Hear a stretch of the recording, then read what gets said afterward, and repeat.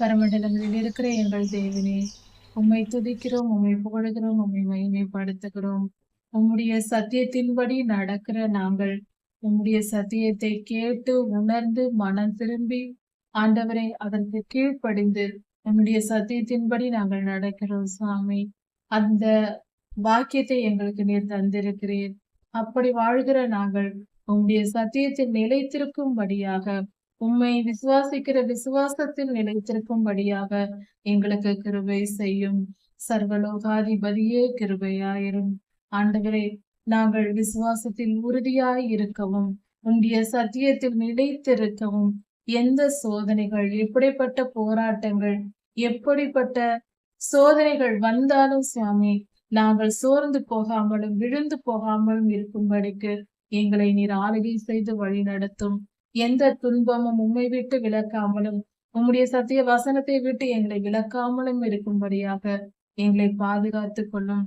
உம்மிடத்தில் விசுவாசமாய் நிலைத்திருக்கவும், ஒழுக்கத்தில் நிலைத்திருக்கவும், கற்பு நெறியில் நிலைத்திருக்கவும், பரிசுத்தமாய் வாழவும், பரிசுத்த பாதையில் நடக்கவும் ஆண்டவரே கிருபை செய்யும். நீர் பெரியவர், நீர் நல்லவர், நீர் பரிசுத்தர், நீர் சர்வ வல்லமை உள்ளவர். அதுபோல உம்முடைய பிள்ளைகளாகிய நாங்களும் இந்த நற்குணங்களை நாங்கள் வைத்திருக்க எங்களுக்கு கிருபை செய்யும். நற்குணசாலிகளாய் எங்களை மாற்றும். உம்முடைய ஆவியின் கனிகள் எங்களில் நிரம்பி இருக்கத்தக்கதாய் எங்களை மாற்றும். எங்களை பரிசுத்தப்படுத்தும்.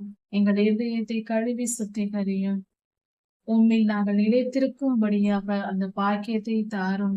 ஆண்டவரே, உம்முடைய கிருபை இருந்தால் ஒழிய எங்களால் எதுவும் செய்ய முடியாது. உம்மில் நிலைத்திருப்பதும் உம்முடைய தயவினால் எங்களுக்கு முடியுமே தவிர நாங்களாய் செய்ய எங்கள் பலனை மாத்திரம். நான் உன்னை விட்டு விலகுவதும் இல்லை, உன்னை கைவிடுவதும் என்று சொன்ன எங்கள் தேவனே, நீர் எங்களோடு இருந்து எங்களை ஆளுகை செய்து வழி நடத்தும். அப்பொழுது உம்மில் நாங்கள் நிலைத்திருப்போம். உம்முடைய சத்தியத்தில் நிலைத்திருப்போம். உம்முடைய விசுவாசத்தில் நாங்கள் நிலைத்திருப்போம். உம்மில் என்றும் நிலைத்திருந்து உம்முடைய ராஜ்யத்தையும் சுதந்திரித்துக் கொள்வோம். அந்த பாக்கியத்தை தந்தருளும். உம்முடைய 10 கட்டளைகளையும் மலை பிரசங்கத்தையும் கேட்டு நாங்கள் அதற்கு கீழ்ப்படிந்து பரிசுத்தமாய் வாழ எங்களுக்கு உதவி செய்யும்.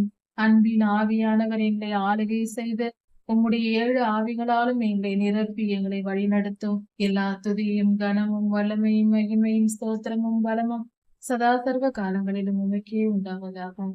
ராஜாதிராஜா இயேசுவின் நாமத்தினால் பிதாவே, ஆமென். மாரநாதா.